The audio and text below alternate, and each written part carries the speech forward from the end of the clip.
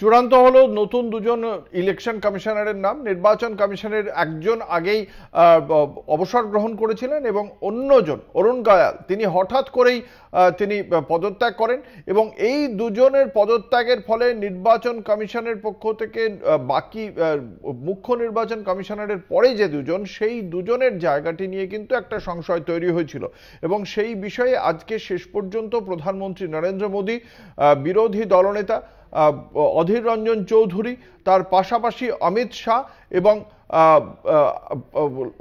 কেন্দ্রীয় আইনমন্ত্রী, এদের নিয়ে যে কমিটি, সেই কমিটি সার্চ কমিটির পক্ষ থেকে তারা আজকে এই বৈঠকে বসে বাকি দুজনের নাম নির্বাচন করেছেন এবং দুজনকে নির্বাচন কমিশনার হিসেবে নিয়োগ করা হচ্ছে।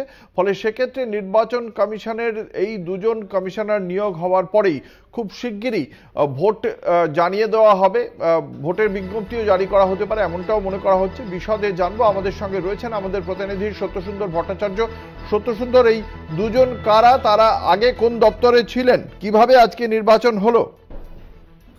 দেখো, নির্বাচন কমিশনার নিয়োগ সংক্রান্ত প্রধানমন্ত্রীর নেতৃত্বে একটি উচ্চ পর্যায়ের কমিটি ছিল এবং কমিটির আজকে বৈঠক ছিল এবং সেই বৈঠকে ছিলেন প্রধানমন্ত্রী নরেন্দ্র মোদী এবং সেই সঙ্গে লোকসভায় বিরোধী দলনেতা কংগ্রেস সাংসদ অধীর চৌধুরী এবং সেই প্যানেলে ছিলেন স্বরাষ্ট্রমন্ত্রী অমিত শাহ। যেটা জানা যাচ্ছে যে নতুন যে দুজন নির্বাচন কমিশনার হিসেবে নিয়োগ পেয়েছেন এবং এই সিলেকশন কমিটির অনুমোদনের সাপেক্ষে রাষ্ট্রপতি এই দুই নির্বাচন কমিশনারকে নিয়োগ করবেন, এমনটাই কিন্তু জানা গিয়েছে। সুখবীর সিং সান্ধু, যিনি উত্তরাখণ্ডের আইএএস অফিসার, এবং জ্ঞানেশ কুমার, যিনি কেরালার ক্যাডার আইএএস অফিসার। এই দুজন, সুখবীর সিং সান্ধু তিনি আগে উত্তরাখণ্ডের চিফ সেক্রেটারি ছিলেন এবং ন্যাশনাল হাইওয়ে অথরিটির চেয়ারম্যান ছিলেন। সেই জায়গা থেকে তার অভিজ্ঞতাকে কাজে লাগাতে চায় নির্বাচন কমিশনার হিসেবে, সেই কারণে তাকে নিয়োগ করা হলো। এবং জ্ঞানেশ কুমার, যিনি আগে কেরালার আইএএস আধিকারিক ছিলেন এবং সেখানে তিনি মিনিস্ট্রি অফ পার্লামেন্টারি অ্যাফেয়ার্সের সেক্রেটারি পদে ছিলেন। ফলে সেই জায়গা থেকে এই দুজনকে যে নতুন নির্বাচন কমিশনার নিয়োগ করা হলো, এরা মুখ্য নির্বাচন কমিশনার রাজীব কুমারকে অ্যাসিস্ট করবেন, কেননা আর দু একদিনের মধ্যেই গোটা দেশ জুড়ে নির্বাচন কমিশন লোকসভা নির্বাচনের নির্ঘণ্ট ঘোষণা করবে। সেই জায়গা থেকে সমস্ত প্রস্তুতি সারা হয়েছে।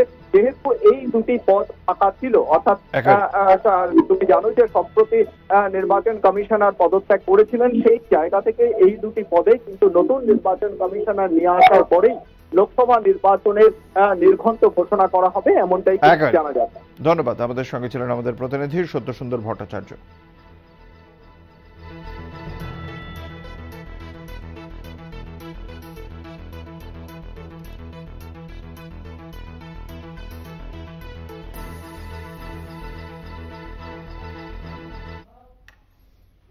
লোকসভা নির্বাচনের আগে প্রচার শুরু তৃণমূল কংগ্রেসের এবং প্রচারের একেবারে সামনের সারিতেই রয়েছেন সাধারণ সম্পাদক অভিষেক বন্দ্যোপাধ্যায়। এই মুহূর্তে উত্তরবঙ্গের ময়নাগুড়িতে রয়েছেন অভিষেক বন্দ্যোপাধ্যায়।